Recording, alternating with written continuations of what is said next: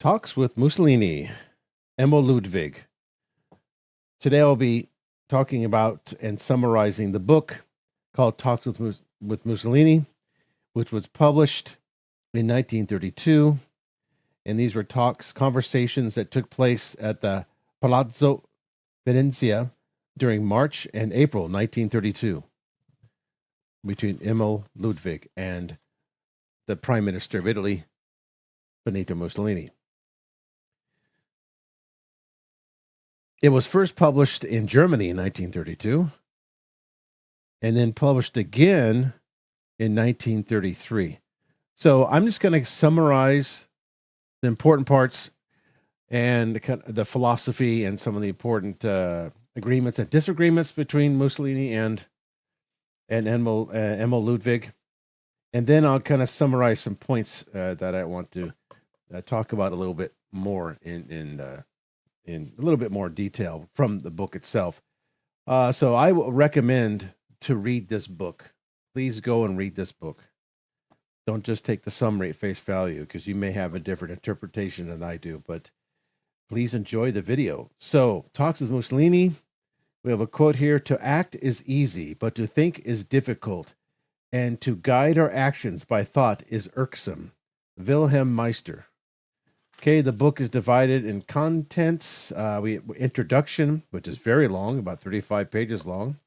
Then it goes to part 1, the training of a ruler. It's divided in 3 sections. And part 2, metamorphosis, where he talks about socialism and nationalism. Then part 3, the problems of power. Then he goes into the dangers of dictatorship in that one. And then part 4, the reigns of power. The regions of powers, foreign lands, Rome and the church. And then we have part 5, the last section is Genesis and character, action and reflection. And it's book's about 221 pages long. And there's an Italian version. There's actually a couple of different Italian versions of this book. I also recommend reading those as well. All right, let's get to the main crux of it. I'm not going to read the introduction. It's very long. 35 pages, but I will summarize the book, and I recommend the book. Also, I recommend a companion piece to this would be 2 other books: The Philosophy of Fascism by now I forgot his name, and then Mussolini's Intellectuals by Igor. He wrote the book Fascism: A View from America, which I also recommend that one. Okay. So let us begin here. So here's my summary of Talks with Mussolini by EMIL Ludwig. Talks with Mussolini, published in 1933, originally in German as das Gespräche mit Mussolini, and translated into English by Eden and Cedar Paul, is a collection of interviews conducted by the German biographer and pacifist EMIL Ludwig with Benito Mussolini, who was prime minister of Italy. And it took place over 12 days in Rome from March 23rd to April 4th, 1932. This book is structured as a series of dialogues rather than traditional biography, this is kind of like the Hitler's Table Talk books, but it's actually a little bit different than that. This book's a little bit, maybe a little more accurate.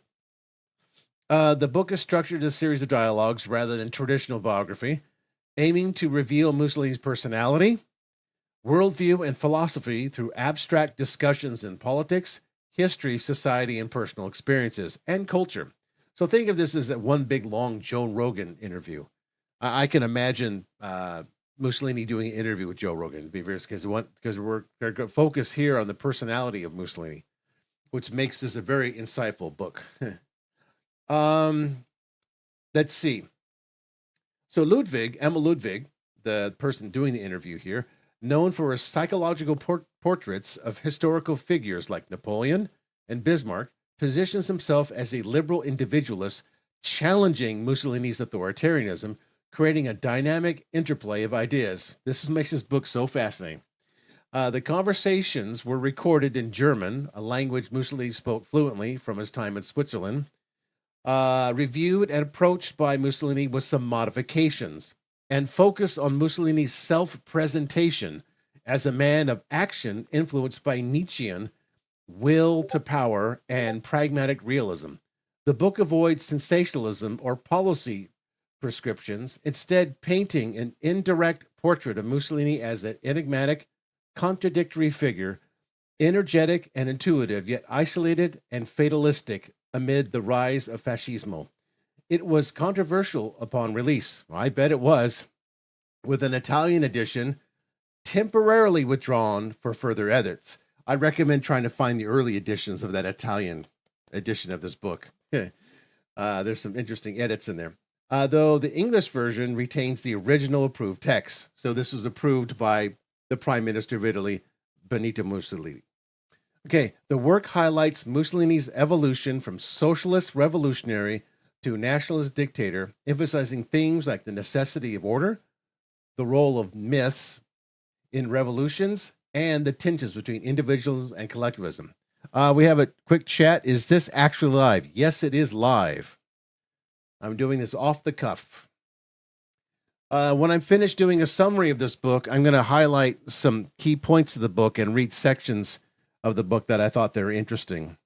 They read as follows. One part on Nietzsche, the other one on his Mussolini's socialist days. He talks about his Marx medallion that he always wore. He talks about the idea of race. He wasn't a believer of racial theories, and he talks about scapegoat and assimilation. But I'm going to focus on 1, 2, 3, 4, the first 4 only. There's a lot here in this book, so I recommend Talks with Mussolini. I randomly found you. Thank you very much. Thank you for randomly listening to me. Okay, so let's get into the summary here. Here are some important points and key ideas of the book. The book covers a wide range of topics, with Mussolini's articulating his views on governance, human nature, and history. Here are some of the more significant points grouped thematically, along with notable statements. Okay, early life and formative influences, the schools of poverty, soldiering, journalism, and history. Oh, great. Thanks for sticking around. Thanks for coming out, too. I appreciate it. Okay, so Mussolini credits his impoverished upbringing in Romagna, his father's socialism, and personal hardships like hunger and imprisonment for building his resilience and will. He views this as essential training for leadership.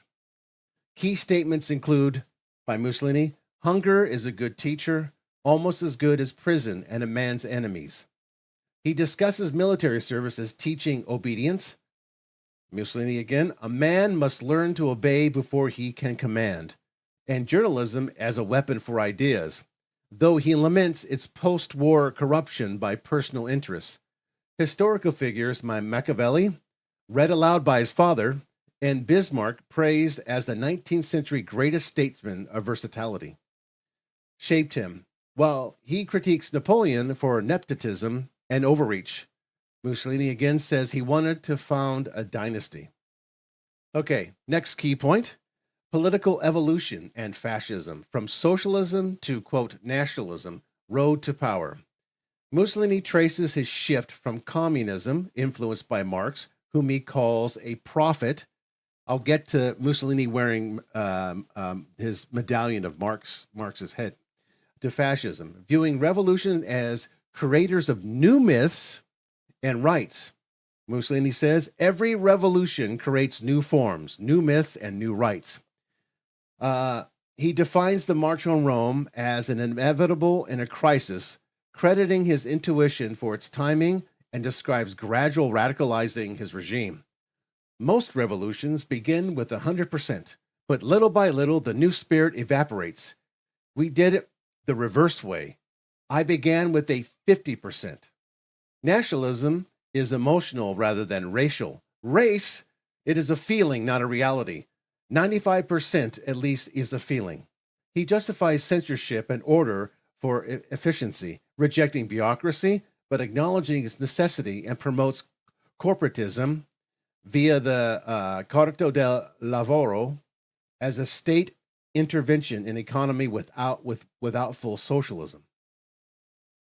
Okay, so let's get to the next point here. Governing and influencing people.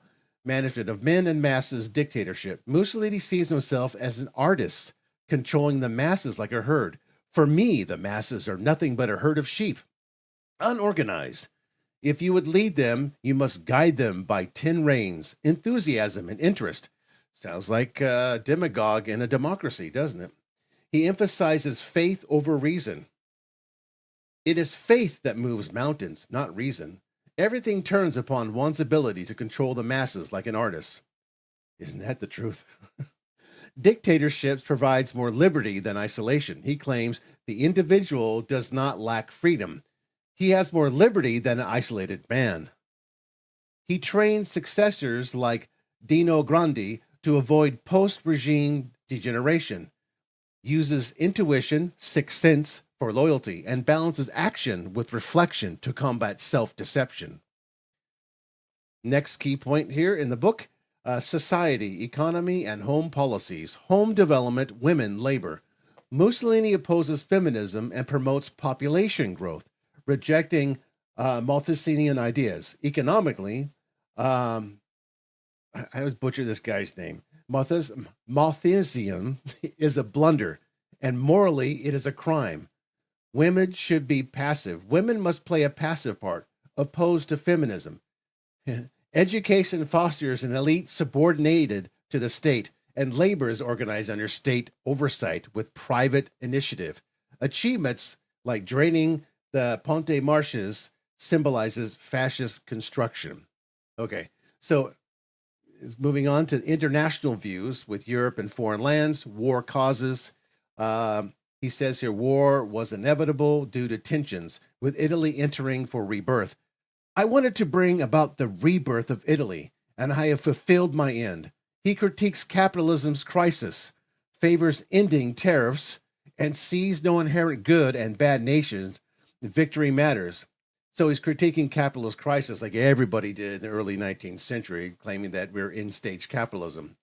And that's a lot of young Zoomers are saying the same thing. So he calls it critique capitalism crisis, favors ending tariffs, and sees no inherent good, bad nations. Victory matters. Victory counts for something. On other countries, Russia has hope, but it isn't universal. France embodies national greatness. England is like modern Rome. America has technical prowess, but flawed policies like prohibition. That's interesting. He was against prohibition. Fascism isn't exportable. We know that already, but ideas like corporatism are. He envisions a unified Europe, but says the time isn't ripe. A unified Europe, a European Union? Okay, like I said, I recommend this book. Please go out and read the book. I'm just summarizing the key points to this, and I just want to reiterate that. Please read the whole book, Talks with Mussolini by EMIL Ludwig. Okay, moving on. Cultural, religion, and personal philosophy. Rome and the church, art, genius, pride, and loneliness. Mussolini reconciled with the church for harmony, viewing Christianity positively but historically incompatible with his outlook. The historical outlook cannot be squared with the religious one. Nietzsche was right. Architecture is the greatest art. He admires Dante, Shakespeare, Beethoven, and Verdi. Pride is a self-awareness, not arrogance.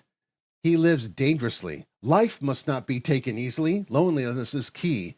We are strong because we have no friends. He quotes Nietzsche. Do I seem to strive for happiness? I strive on behalf of my work, and affirms action's primacy. In the beginning was the deed. These points portray Mussolini as pragmatic, anti-liberal, and focused on power through myths, discipline, and intuition, while acknowledging contradictions like his socialist roots. Okay, now here we get to the disagreement and notable exchanges between Mussolini and EMIL Ludwig. And I thought these are very interesting, so let's go into those. Ludwig, who wrote the book, Talks with Mussolini, as a liberal pacifist, frequently challenges Mussolini authoritarianism, which, like I said, read the book. It's really interesting. What is even his goal? Well, we'll get to that. Okay. Okay. So Ludwig, as a liberal pacifist, frequently challenges Mussolini's authoritarianism. Historically, interpretations and personal inconsistencies, creating tension and revealing Mussolini's defenses. Mussolini often responds with pragmatism, laughter, or counterexamples. sometimes conceding points but insisting on real-world necessities. For example, on press freedom and censorship, Ludwig suggests restoring press freedom now that fascism is secure. Mussolini refuses, arguing the struggle is over things, materialities, not words, and that newspapers serve interests, not ideas. Okay, now historical analogies. Napoleon. Ludwig repeatedly compares Mussolini to Napoleon, prompting laughter or denial from Mussolini. When Ludwig questions Mussolini's imitating Napoleon's poses or dynasty building, Mussolini rejects it, preferring Cromwell's consolidation. Napoleon wanted to wear the imperial crown. He warns Napoleon's mistakes like nepotism. Okay, now he goes on to women's roles and feminism. We kind of touched on that before. Ludwig probes Mussolini's hostility, linking it to Vinegar's ideas. Mussolini defends women's passivity and anti-feminism, viewing their influence as unsolved problem, while Ludwig highlights contradictions in Mussolini's views on individualism. Yeah, that would be definite a contradiction there. He's against feminism and defends women's passivity, but he views individualism as in a unique way, and we'll get into that in just pretty soon here. Okay, dictatorship dangers and succession.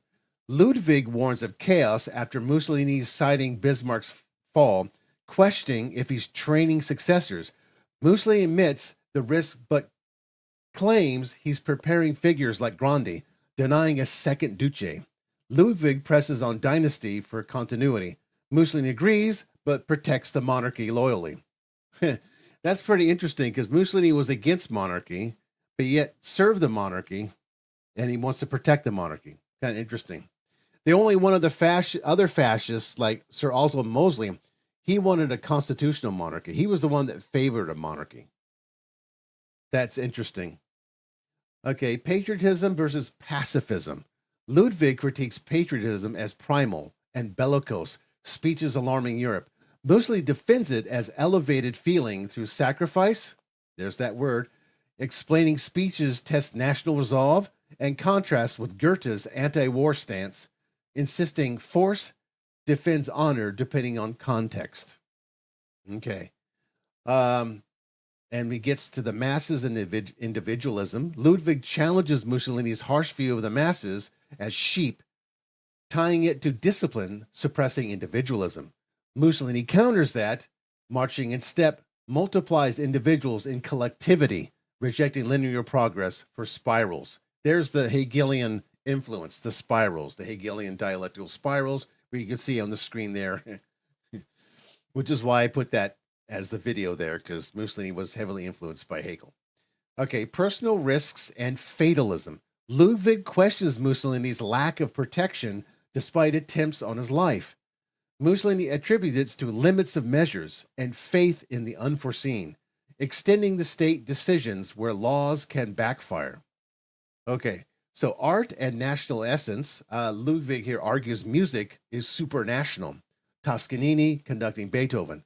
Countering Mussolini's belief in national distinctions, Mussolini calls such cases exceptions, affirming blood ties. Italians best play Verdi.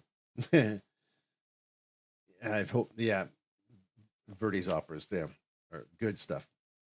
Okay, these exchanges underscore ideological clashes. Of course, Ludwig emphasizes on reason, freedom, and peace versus Mussolini's on action, order, and myth. Mussolini reviewed the text, ensuring it aligned with his intended image, though some modifications softened or clarified the points. This book here thus offers a curated yet revealing glimpse into Mussolini's mind, blending self-justification with philosophical depth. And that's why I said, yeah, this is a really good book. If you find the Italian version, that's kind of been edited before it was edited and then republished with the sort of a bit of an abridgment, that's a little more insightful. They didn't really soften it up. But this was approved by El Duce himself because he spoke English. And so he's able to read it, understand it, and he said, yes, annoy. Okay, so now let's move on to Mussolini's influences from Friedrich Nietzsche in Talks with Mussolini. Okay, So, based on these dialogues that we've been talking about, Mussolini reveals a significant early influence from Nietzsche, particularly during his youthful revolutionary phase as a socialist and anarchist.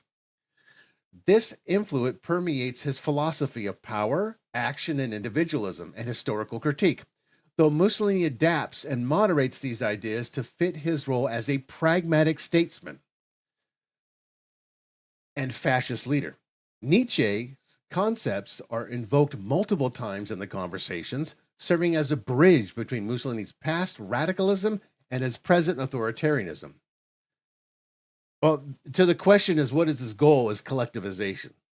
That's what the fascist symbol symbolizes, is that it's a rods or sticks that are bundled together at the top and bottom with the axe or fist on top.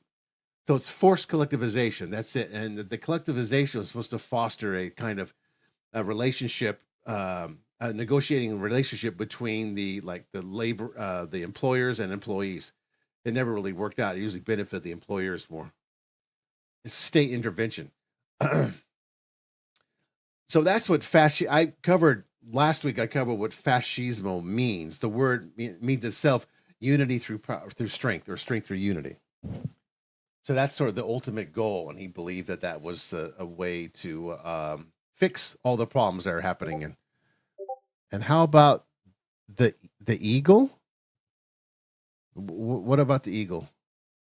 What eagle? Because I know in the Italian flag, the PNF Party National Fascismo flag, it had that Roman symbol that was held by the lectors. The sticks or rods or people that are bundled together at the top with the axe on top of it. That's I don't know about the eagle. Maybe that was added later or something. Yeah, I'm not really. I just know that symbol. Okay. So where were we? Between music past and radicalism and his present authoritarianism. Ludwig, the interviewer, often probes these connections, viewing Mussolini as embodying Nietzschean traits like the will to power, while questioning their application in dictatorship. Good for him. Below is a summary of key influences with direct quotes, context from the books. Probably, yeah. Okay, so here is some. I'm gonna go into the Nietzsche influence and the disciple of Nietzsche, and we'll quote from the book. Okay, so early discipleship and revolutionary zeal. So Mussolini is described as having been a discipline of Nietzsche in his youth, shaping his anarchist and revolutionist tendencies. His daemon, inner drive, is likened to Nietzsche's, impelling him toward a reevaluation of values and self-overcoming. See, he has values. He's a pragmatist, so he has values. He doesn't have like philosophical principles. Better to have philosophical principles than values. Values can be manipulated. They're just too subjective. Okay, influence. This fostered Mussolini's emphasis on personal will and transformation, questioning whether he would spiritualize Nietzsche's doctrines or use them as self-inflation.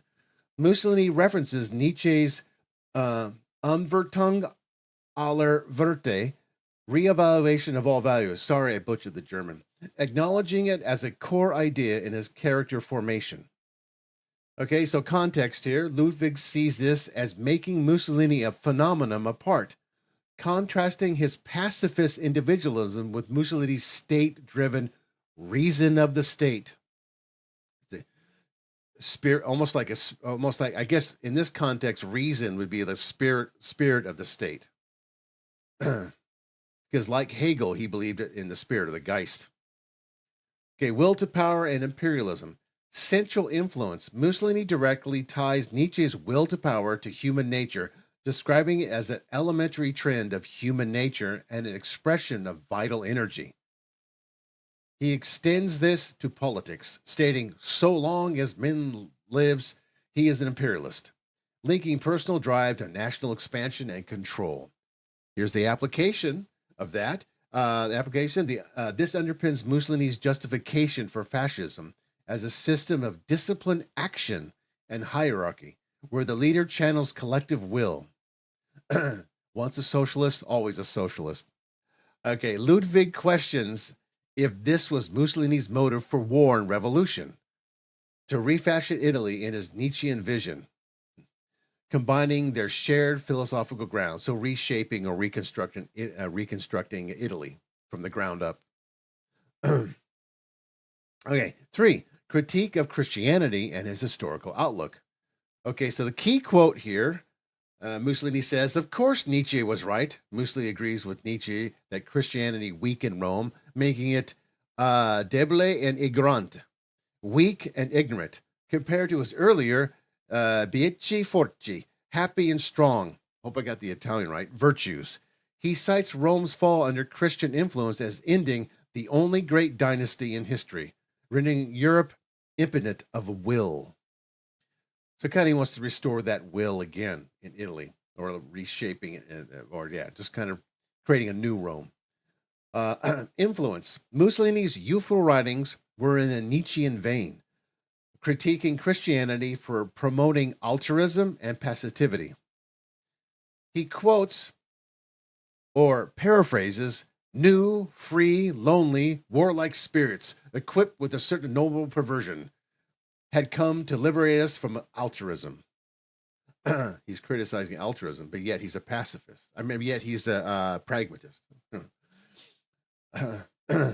Moderation, disagreement. As a leader, reconciled with the church via the Lateran Treaty, Mussolini tempers this, noting the historical outlook cannot be squared with the religious one, but concluding Christianity's influence was certainly good and a progressive phase in the history of mankind. He attributes events to providence, showing a pragmatic shift from pure Nietzschean anti-Christian nihilism. Okay, so now we get to the philosophy of action. And here's where Mussolini adopts the Giovanni Gentile's actualism. So philosophy of action, risk, and work. Motto adoption. Mussolini embraces Nietzsche's live dangerously as his life principle, explaining that true living involves crisis and risks. Life must not be taken easily. This aligns with his experiences of staking everything in the revolutions and leadership. Key quote here, in discussing happiness versus purpose, Mussolini cites Nietzsche. Do I seem to strive for happiness? I strive on behalf of my work. He sees no contradiction between Nietzschean individualism and his altruistic service to the community, as it multiplies as one life dramatically. Influence. This reinforces Mussolini's view of leadership as artistic control over masses, driven by intuition and deed over reason, echoing Nietzsche's vitalism. Yes, you're only an individual through the multitude. You're not really an individual at all unless you're part of the collective. Then you become individual. That's what he means by there. Once as it multiplies one's life dramatically, it enhances your individualism by being part of the collective. Okay, cultural and racial views. Now I'm gonna quote this part in the book where he talks about the racial views. I'm gonna quote. It's a pretty good quote. Let's see. Influence. Nietzsche is invoked as an ally in Mussolini's preference for the Mediterranean Latin race, emphasizing vitality and culture over Germanic traits. Mussolini distances Nietzsche from pan-Germanic misinterpretations, the blood beast, for example, portraying him as un-German, of Polish extraction, and a devotee of Latin cultures like in Bitz's Carmen, which Nietzsche understood better than any Frenchman. Now, context and disagreement. In debates on nationalism in art, music, Mussolini views Nietzsche as an exception to national essences, acknowledging his mockery of Prussia, but affirming broader national ties. Ludwig uses this challenge to Mussolini's rigid nationalism, highlighting Nietzsche's supranational insights. Okay, that's interesting. Okay, so now the overall assessment and Ludwig's perspective. Now we get to hear for EMIL Ludwig. See, what happened here with these talks with Mussolini was that while they were talking and discussing together, Ludwig and Mussolini, Ludwig would be taking notes as he's talking to him. Now, the difference between the Hitler's table talk books was that was done by a stenographer who sat around all day listening to Hitler talking to his upper entourage. And then at the end of the day, the stenographer would just rewrite by memory what was said. So what might not have been as accurate as this is probably more accurate, the talk with Mussolini, because it was done in real time as it was happening. And Mussolini didn't mind. He said, yeah, we did take notes. Go for it. All right. Here's the overall assessment and Ludwig's perspective. Depth of influence. Nietzsche appears more frequently in the original talks than in the condensed book. Yeah.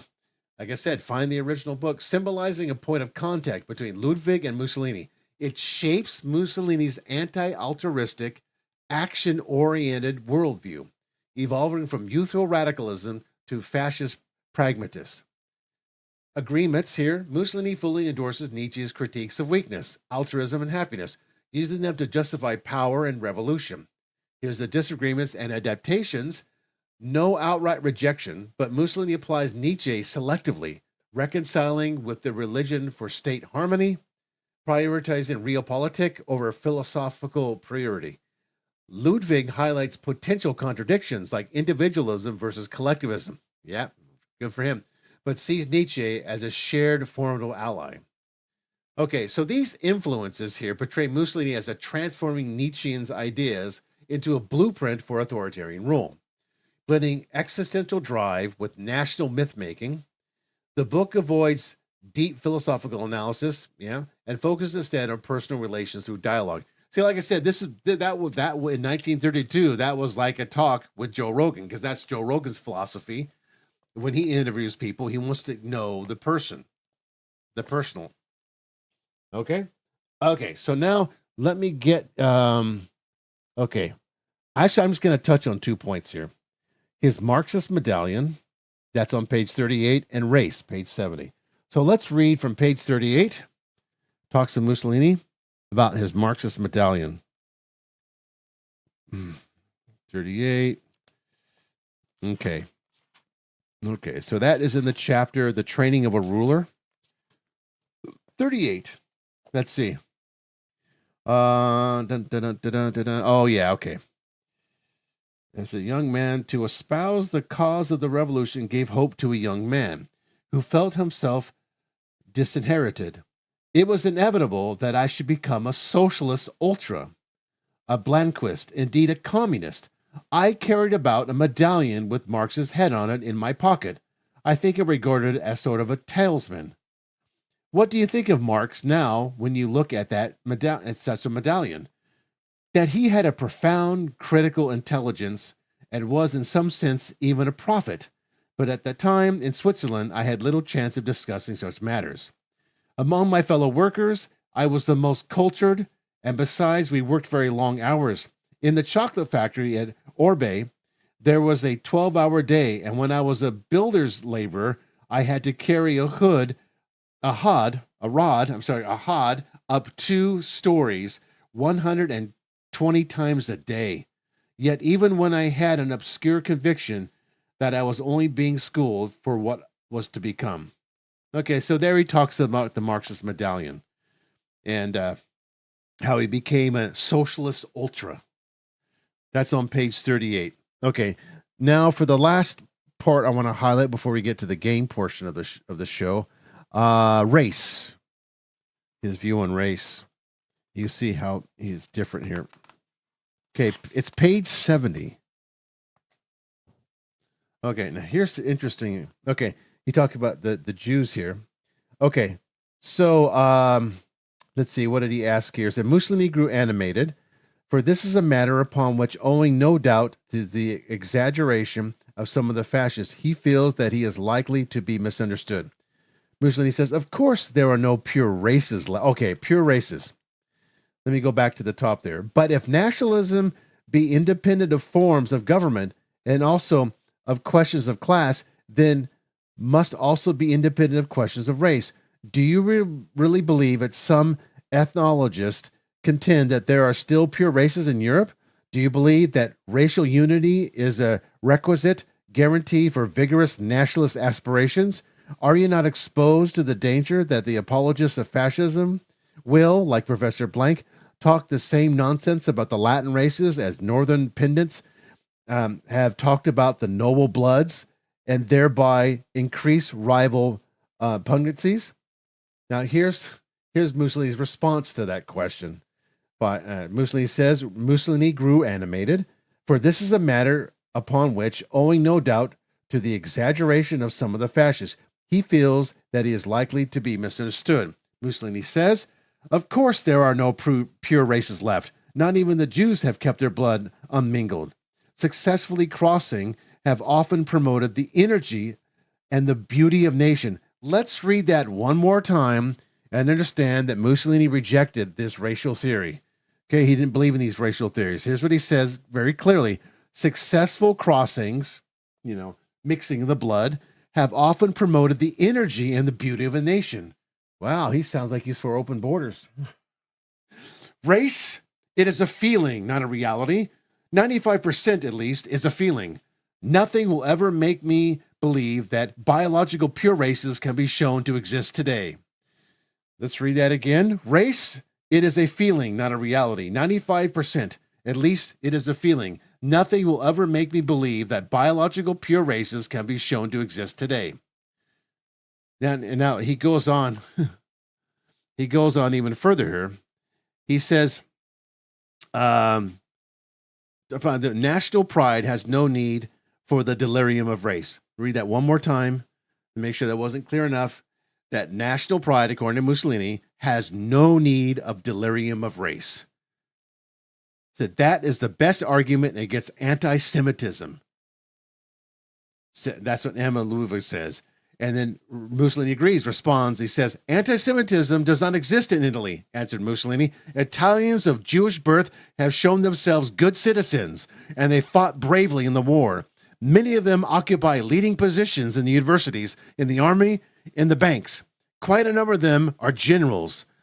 Modena, the commandant of Sardinia, is a general of the artillery.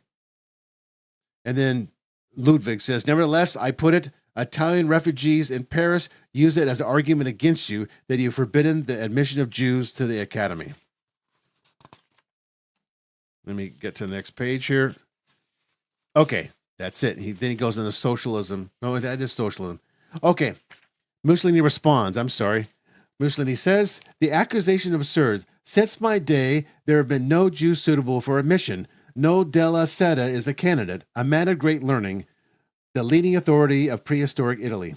If you are falsely accused in this matter, you suffer in good company. In Germany, there is a preposterous fable that Bismarck and Goethe were prejudiced against Jews without any justification. The French speak of a certain anomaly as la vis allemande. The term might be more reasonably applied to anti-Semitism. And then Mussolini says, how do you explain that? Asked Mussolini. Whenever things go awry in Germany, the Jews are blamed for it. Just now, we are an exceptionally bad case. Yes, the scapegoat. Okay, so he says he has very strong opinions against this idea of racial purity. I wanted to touch on that because I thought that was another interesting aspect of the book that I didn't see in my summary. So there you go. There's a summary and some quotes from the book and Nietzsche's influence and Mussolini's lack of racial theories and his response to the accusation. And I recommend this book, Talks with Mussolini. Read it for yourself so you get some insight into the personality. It's a very interesting book. And it was first published in 1932 in German. But actually, like I said, there's Italian versions of this book. So if you found this video here informative about Talks with Mussolini, I wouldn't mind reading this book actually live and to discuss about it as I'm reading it, because it's a fascinating book. Anything you can find where Mussolini expresses his personality, anything that talks, any interviews that have him, find it. It's very insightful. It would be nice if professors, especially the Marxist professors at the universities there, would actually delve into this more, because it's an aspect that people don't know they don't know very much about it.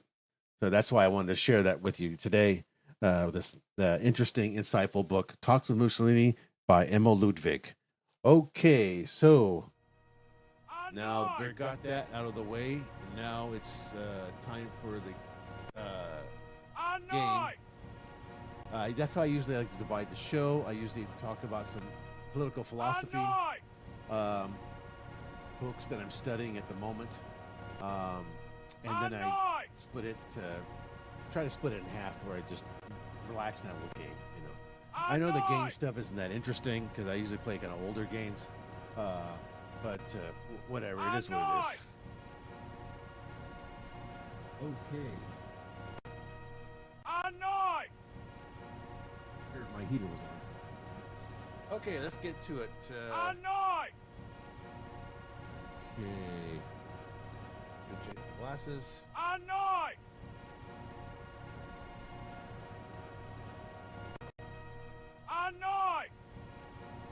All right. Get my glasses on so I can look at the computer screen. Put reading glasses on when I read that. But hey, thanks for coming out anyway. Even if you don't stay for the game portion, still, thanks for coming out. I appreciate it. I'd like to get more feedback from people. Next week, I'm going to start my studying and summary and analysis of Ayn Rand's philosophy, an introduction to objective epistemology. Okay. Let's do a little Dave defeat.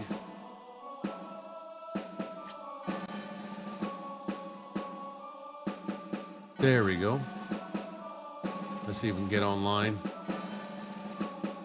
Join the server. Okay. Yeah, because if you guys like it, and then of course I appreciate the comments. It generates a little more activity for my channel because I'm gonna continue doing this kind of.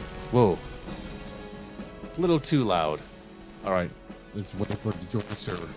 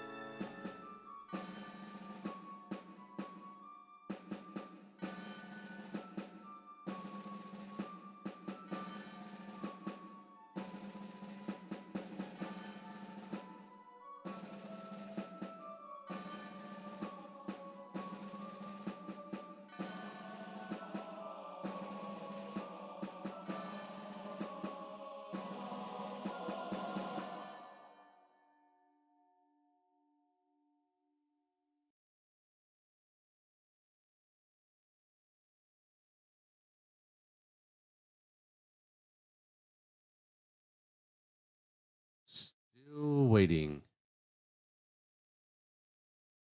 It's crowded tonight.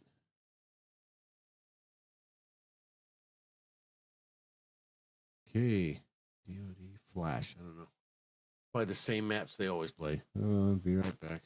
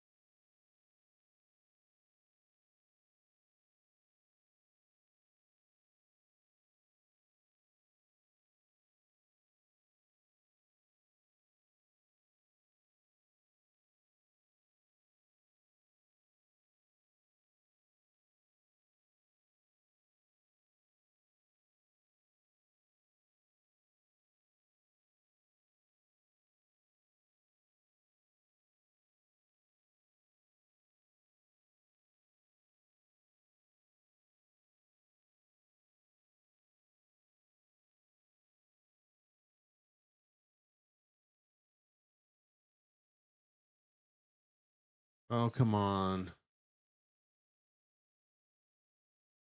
I can't. Auto retry. Join the server. I thought maybe we'd get on there. Server's not responding. Maybe it's changing maps or something. But yeah, again, thanks for coming out. Thanks for leaving the comments. Like it and go back to watch the beginning, like the first 40 minutes of the video when I did my summary and highlighted some of the important parts of the book Talks with Mussolini. Yeah, it was just like doing a Joe Rogan interview. You kind of get to know the personality of the prime ministers. Interesting book. Like I said, you probably find the if you can speak Italian, find the original Italian version. Because some of the original Italian version, they didn't edit anything out. Okay, here we go. Saint Absence. Iron Cross. Yeah, somebody mentioned that eagle thing. I didn't really understand.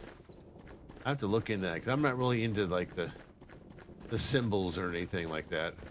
I'm more interested in the philosophy and the intellectuals who created it. That's more important.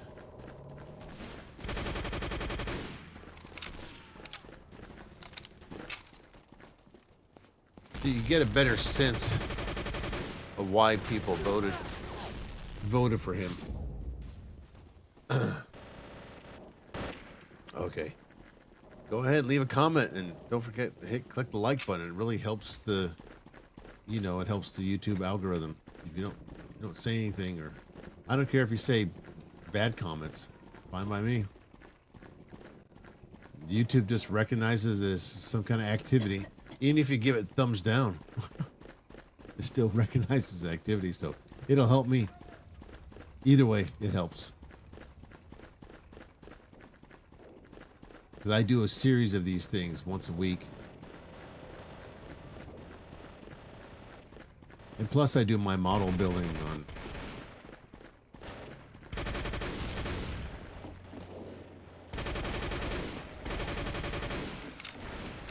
Okay. Oh. There we go. I don't know who got it. Oh, no.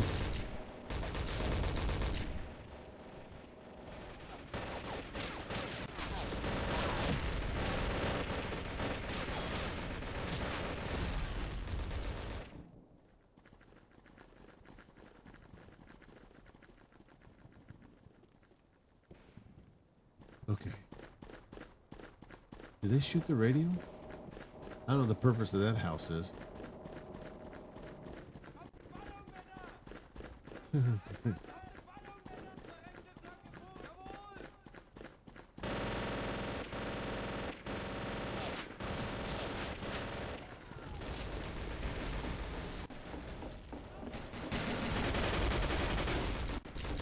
What? Oh, I didn't see him there.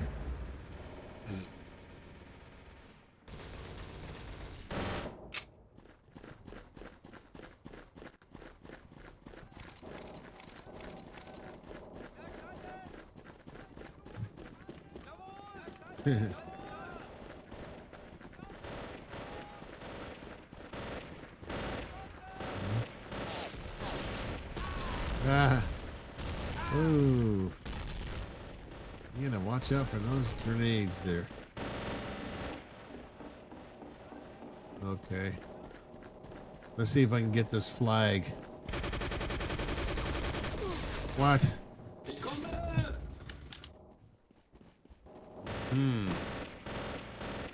Not good.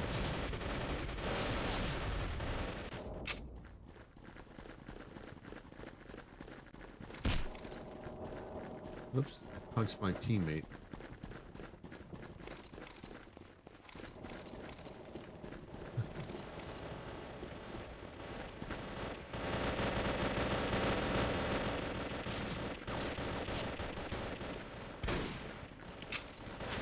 Oh, that was a grenade fail.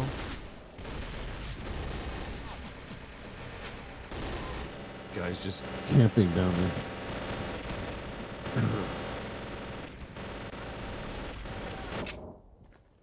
Dun, dun, dun, dun, dun, dun, dun.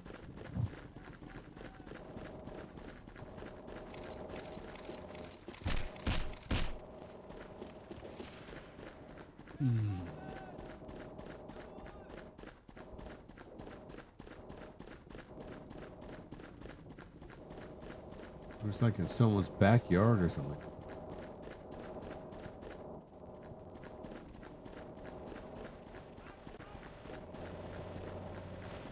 Mush, mush.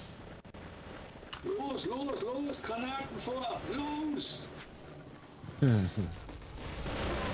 That guy's still down there? Come on.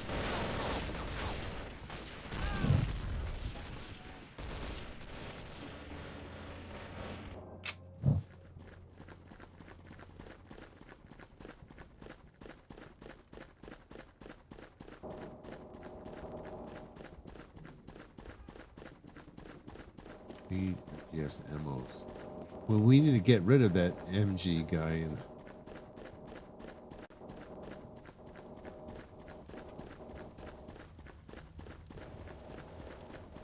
Are we in Italy here? I see vineyards down there and rolling lands. Rolling hills, I mean, not lands.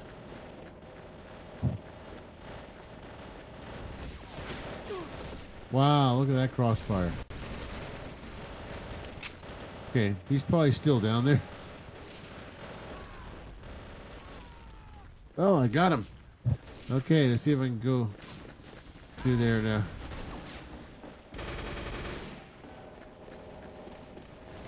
Ah, what?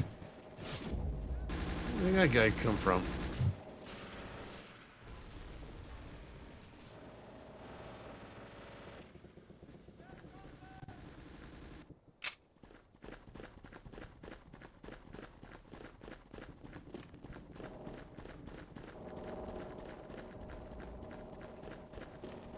Okay.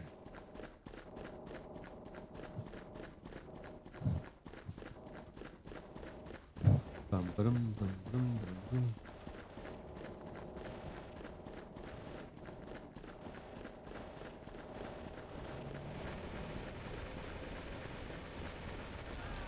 bum. Ah.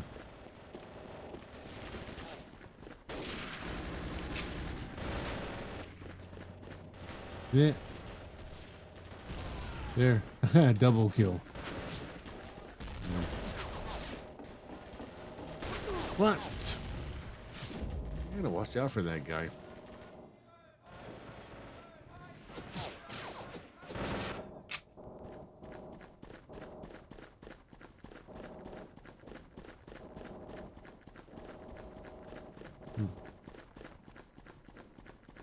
Oh, there you go.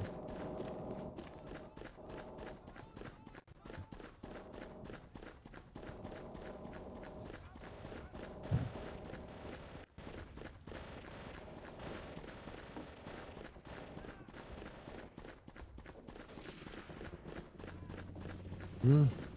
Oh. End of map and 20 the next map will be G.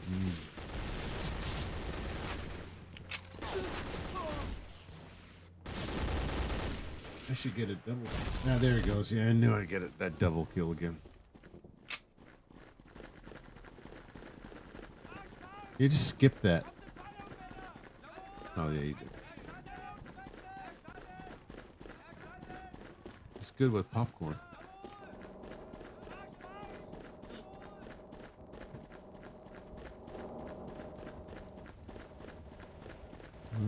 Not if you drink it every day. I don't drink it every day. I don't drink it every day. No. No.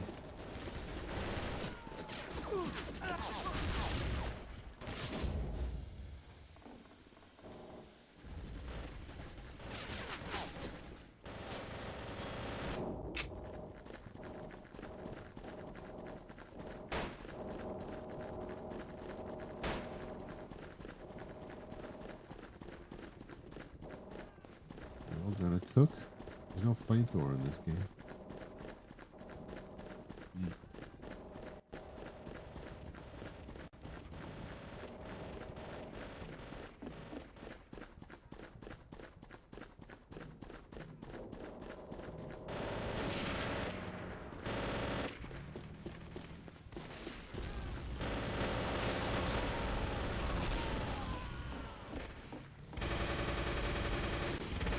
Finally got that guy.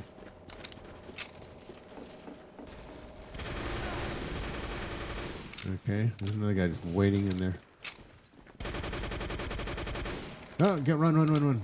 Damn grenade.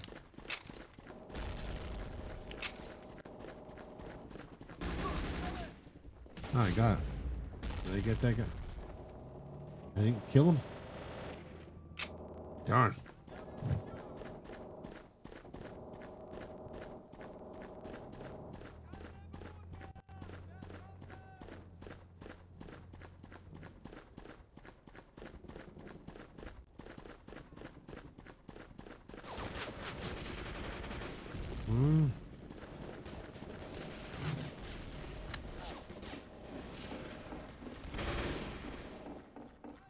Huh?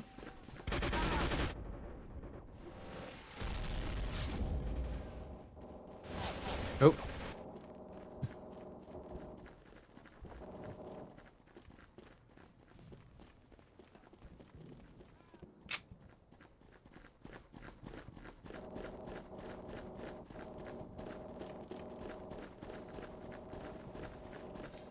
Let me check.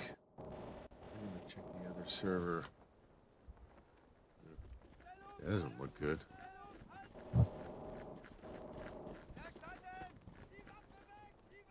Who's on there? Not many. Let's see if there's anybody on the other one. No.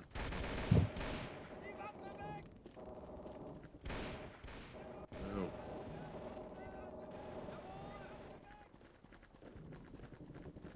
Do.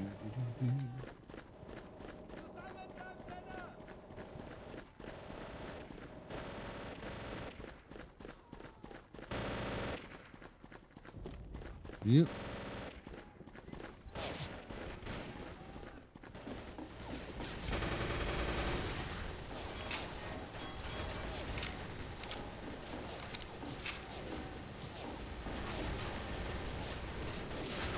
What?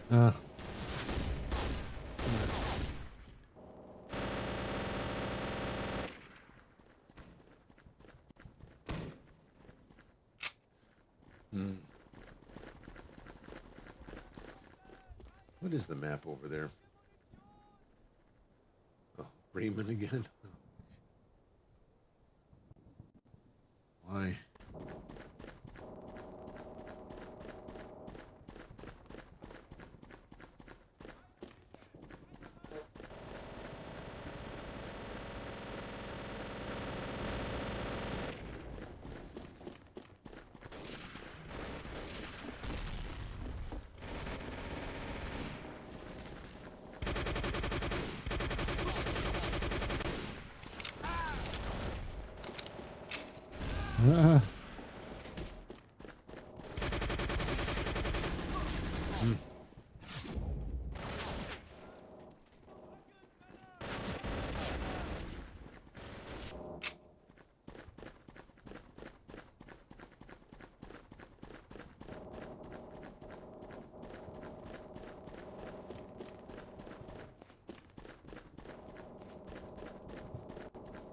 Okay.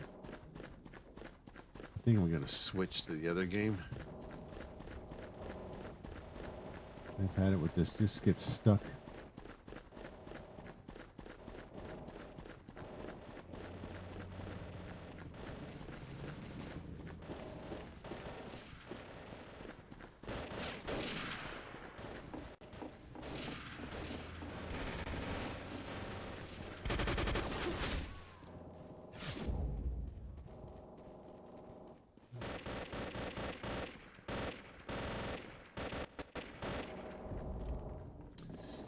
Okay, I'll be right back.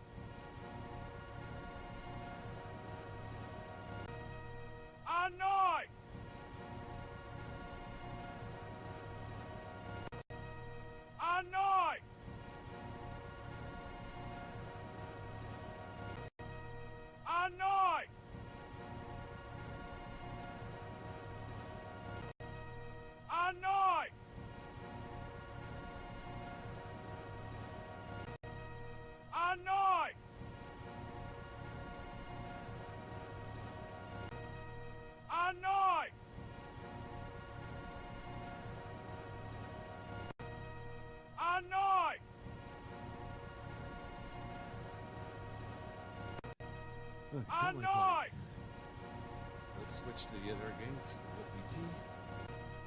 On knife! Okay. On knife!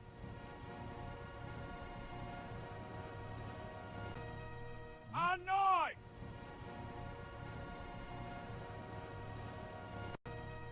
On knife!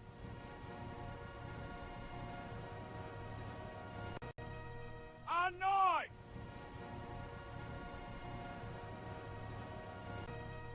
On knife! All right. Play. Mod all.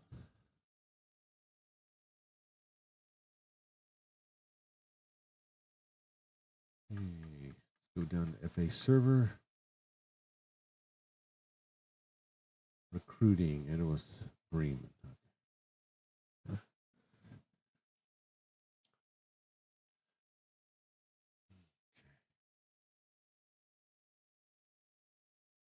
Barrier has been constructed. Oh.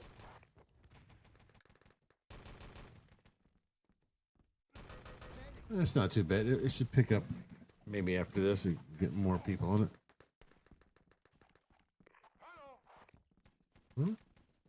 What the heck? Oh, okay. In disguise. Sorry. Hello. We need an engineer. I'm an engineer.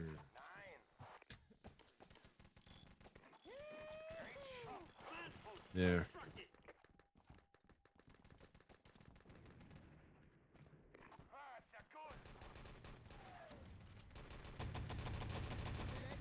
Hey.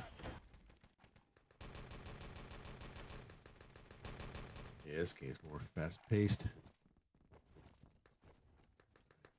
Did they take the truck already? Oh, they already did take the truck. Oh, there it is. Ooh, boy. I'm gonna die there. I planted.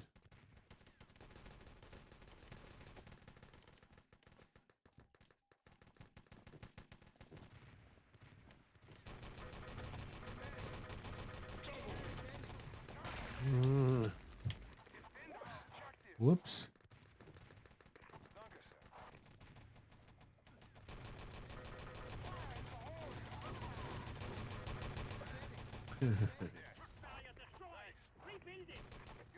Killing spree.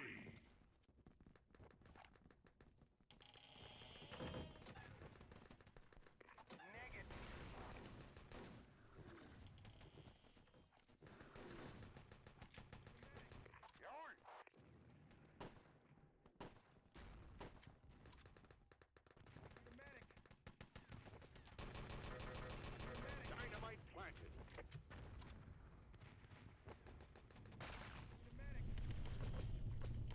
Whoa.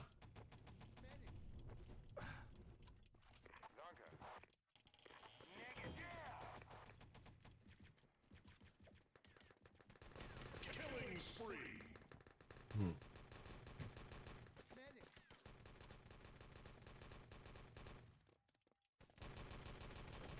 Dynamite diffused. Well. Zulu again. Killing spree.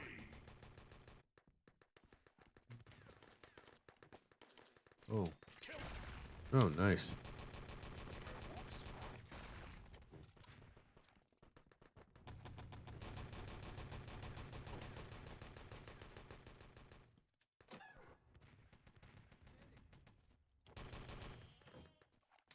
Let's go. Nope.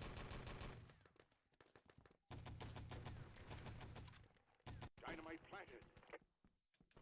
Killing spree. What?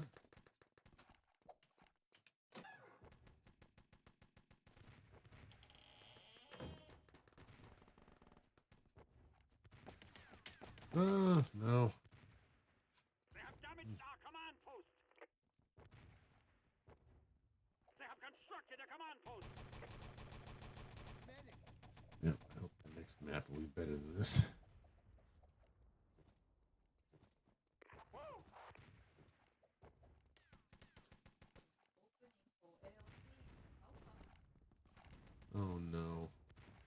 What do you mean ALT? What do you mean ALT? Really?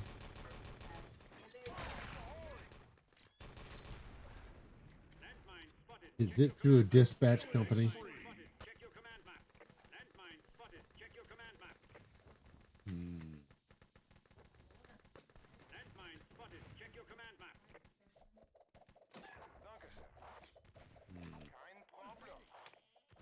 But that's in Nagalka. They have repaired the truck. They have repaired the truck. Truck barrier constructed. Yeah, but that's in Nagalka. Where in Nagalka? Dynamite planted. Killing spree. Fire in the hole. Dynamite planted. We have damaged the truck. Dynamite defused. Hello. Hello.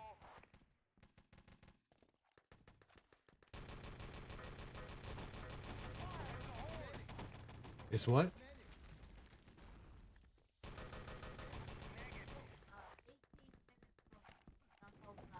Truck barrier destroyed. Rebuild it. Yeah.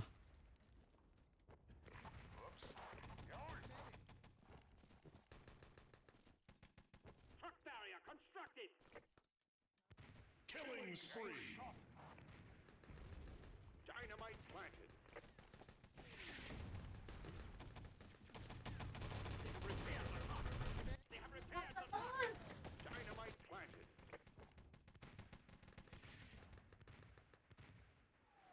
Killing spree.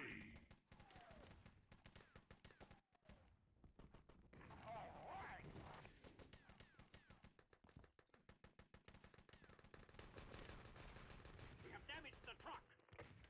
Truck barrier destroyed. Rebuild it.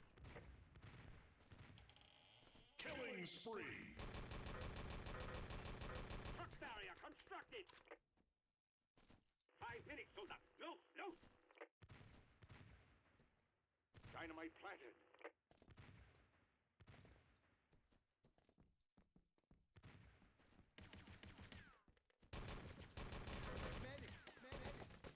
They have repaired the truck. They have repaired the truck.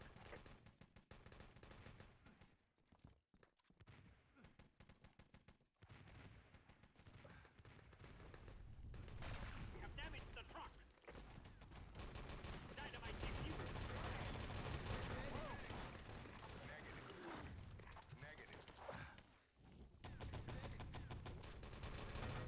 Dynamite planted. Dynamite planted.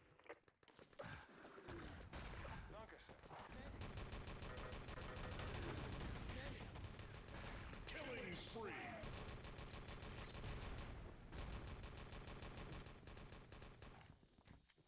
Dynamite planted.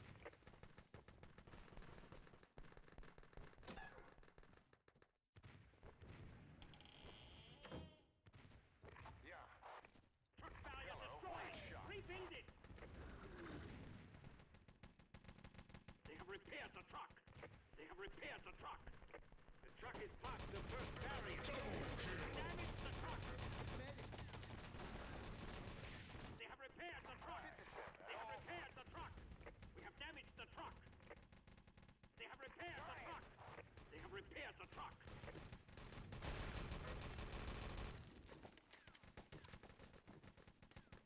We have damaged the truck.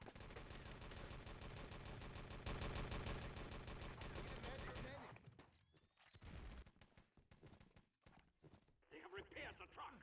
They have repaired the truck. Dynamite planted.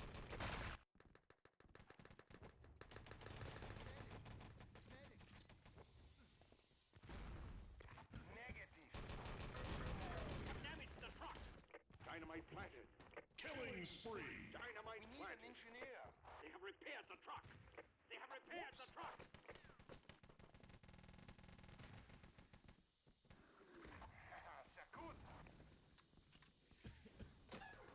Truck barrier destroyed. Rebuild it. We have damaged the truck. They have repaired the truck. They have repaired the truck. Killing spree. Past the second barrier. We have damaged the truck.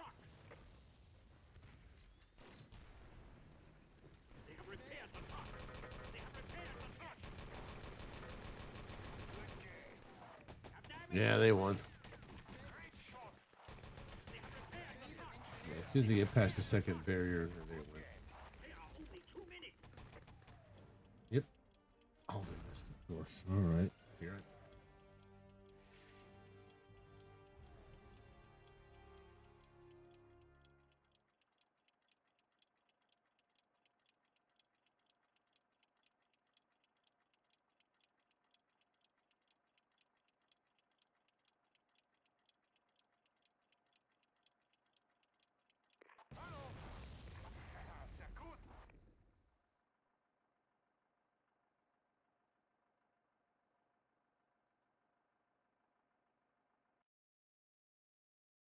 Prepare to fight.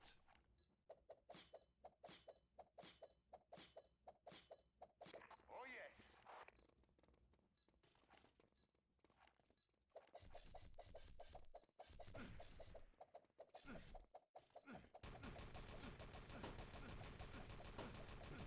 First blood. Hi. Hello. Killing spree. Hello. Hello.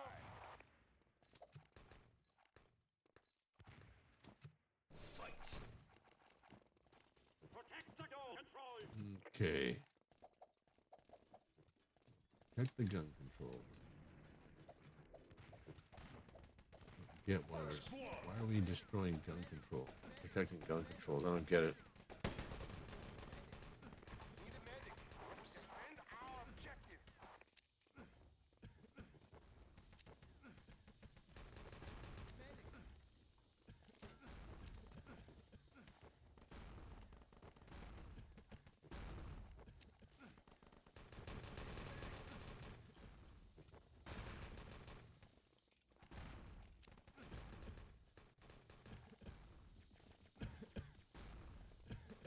Killing spree.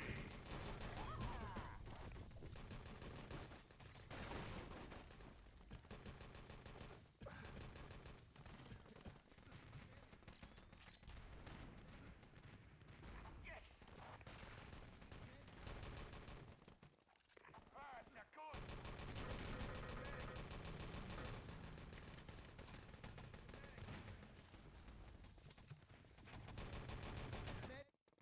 I need backup.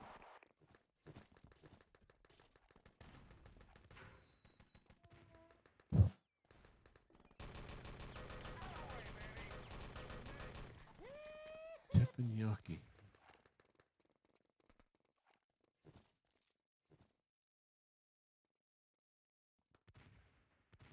Killing spree. Negative.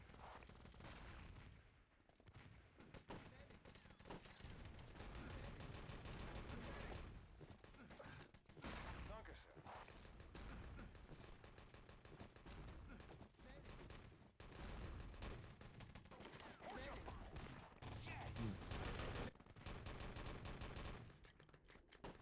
Yes. Excellent. Dynamite planted.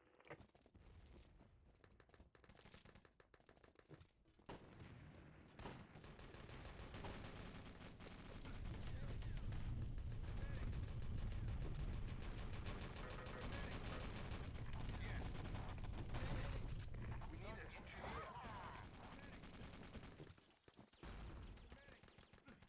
Dynamite diffused. Now there it is. No. Can't even see it. Enemy is weakened. I don't understand the point of them destroying that. I don't know what that is.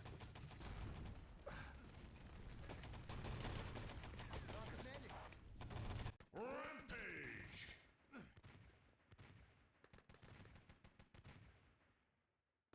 Great shot. Dynamite planted.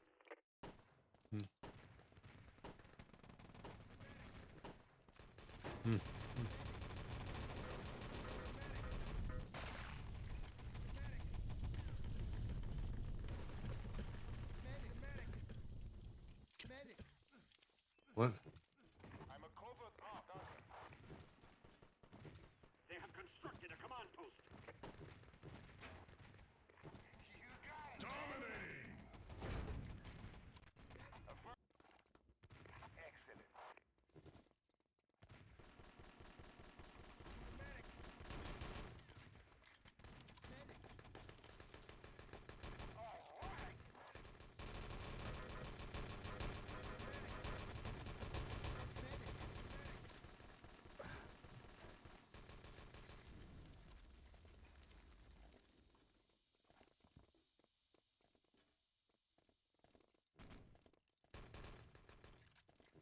Oh, they already destroyed it.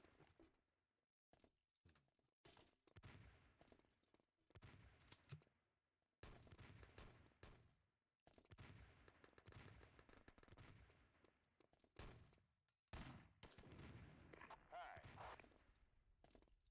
Bitte sehr. Danke.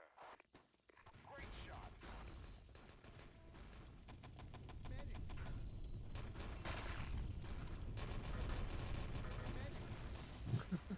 Medic. Need a medic.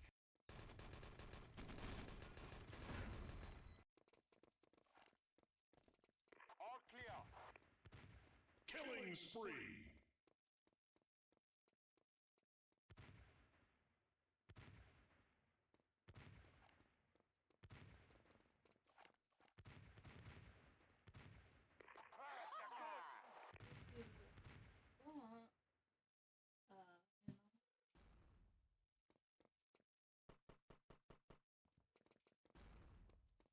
Killing spree.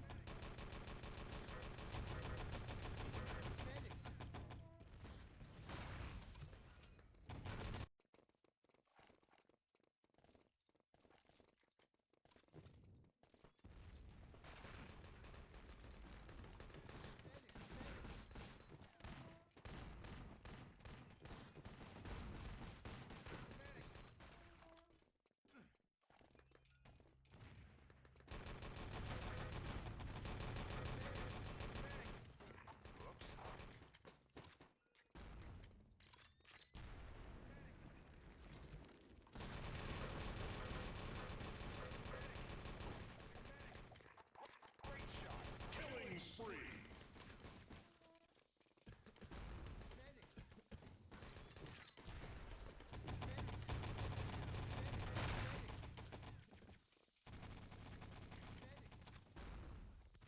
Wunderbar. Need a medic. Medic.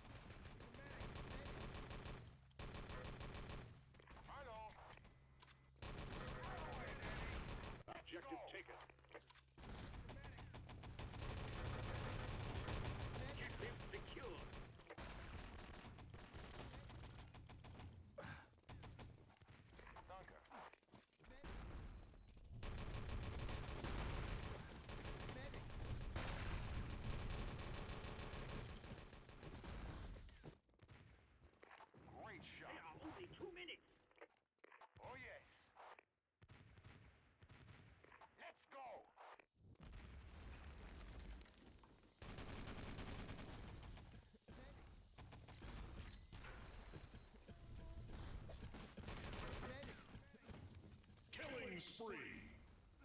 Objective taken.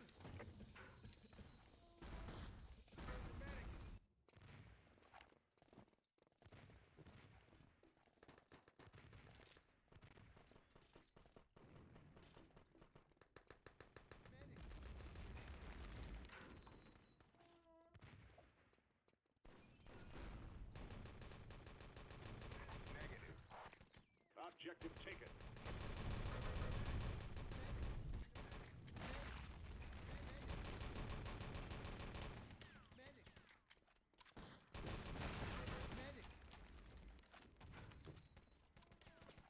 Objective taken. Killing spree. Objective lost.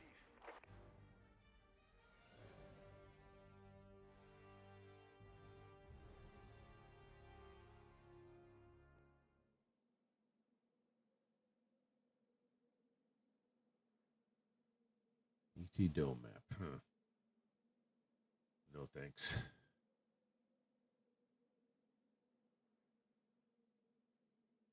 ET Dome one, yeah. You'll see which one it is.